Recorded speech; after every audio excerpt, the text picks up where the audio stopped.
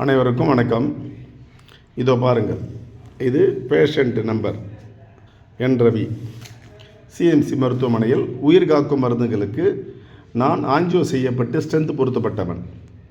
எனக்கு மருந்து, அதாவது ஒரு கந்து வட்டிக்காரர் என்று மத்திய மாநில அரசுகளால் கைது செய்யப்படக்கூடியவர்கள், மக்களிடம் கந்து வட்டி வாங்குகிறார் என்று அவரை சிறை தண்டனை அனுப்பக்கூடிய நாட்டிலே இருந்து கொண்டு தான் உரையாடி கொண்டிருக்கின்றேன். கந்து வட்டிக்காரர்கள் 5 ரூபாய் வட்டி 10 ரூபாய் வட்டி வசூலிக்கிறார்கள். இதோ பாருங்கள், எனக்கு உயிர் காக்கும் மருந்து, நான் தினக்கூலி, எனக்கு கிடைக்கும் வருமானமோ ஆண்டிற்கு 3 லட்சம் கூட இல்லை, வழி செலுத்தக்கூடியவன். ஆனால் ஜிஎஸ்டி என்ற பெயரால் 100க்கு 12 ரூபாய், 100க்கு 13 ரூபாய் என்ற விதத்திலே 12%, இதோ பாருங்கள், ஜிஎஸ்டி 12% வசூலிக்கப்படுகிறது. நான் கேட்பதெல்லாம், என் தனிப்பட்ட வருமானத்தை மத்திய அரசு அக்கறை கொள்ளாத போது என்னுடைய மருத்துவ செலவில் கூட 12%, அதாவது நன்றாக புரிந்து கொள்ளுங்கள், கந்து வட்டிக்காரர்கள் 100க்கு 10 ரூபாய் என்று வசூலித்தால் உடனே அவர்கள் கந்து வட்டி சட்டத்தின் கைது செய்யப்படக்கூடிய அரசு இன்றைக்கு 100க்கு எவ்வளவு,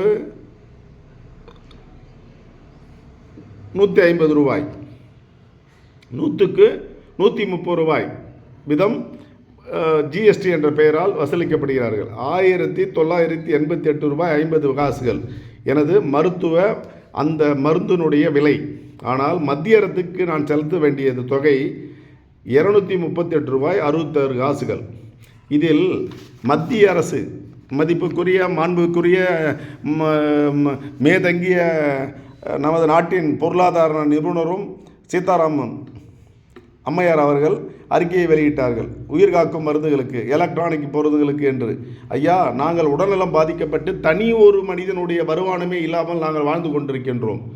ஒரு தனி மனிதனுக்கு எவ்வளவு ஒரு நாளைக்கு வருமானம் வழங்க வேண்டும், அதற்கான வழிமுறைகளை வகுத்து எங்களிடம் இதுபோன்று நாங்கள் கட்டுகிறோம். ஏற்கனவே செருப்புக்கும் இட்லிக்கும் தோசைக்கும் வடைக்கும் வரி கட்டி கொண்டிருக்கின்றோம். இதோ இந்த உயிர் காக்கும் மருந்துகளுக்கு 12% வரி வசூலிப்பதை என்னை போன்று ஏழை நடுத்தர மக்கள், நடுத்தரமல்ல மிகவும் பின்தங்கிய மக்களாகிய எங்களால் இதை கட்ட இயலாது என்பதை தெரிவித்துக் கொள்கின்றேன். எனவே தயவு கூர்ந்து உடனடியாக இந்த உயிர் காக்கும் மருந்துகளுக்கு, அனைத்து மருந்துகளுக்கும் உடனடியாக டாக்ஸ் மட்டும் நீங்கள் ஃப்ரீயாக கொடுக்க வேண்டாம்.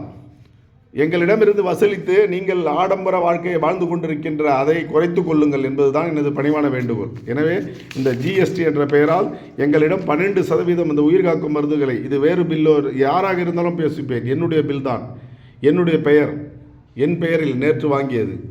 எனவே தயவு கூர்ந்து பொதுமக்களாகிய நாம் இந்த மத்திய அரசினுடைய இந்த வரி கொள்ளையை தடுக்கும் வகையிலே நீங்கள் உங்களுடைய மனதில் பட்டதை பகிருங்கள். நன்றி, வணக்கம்.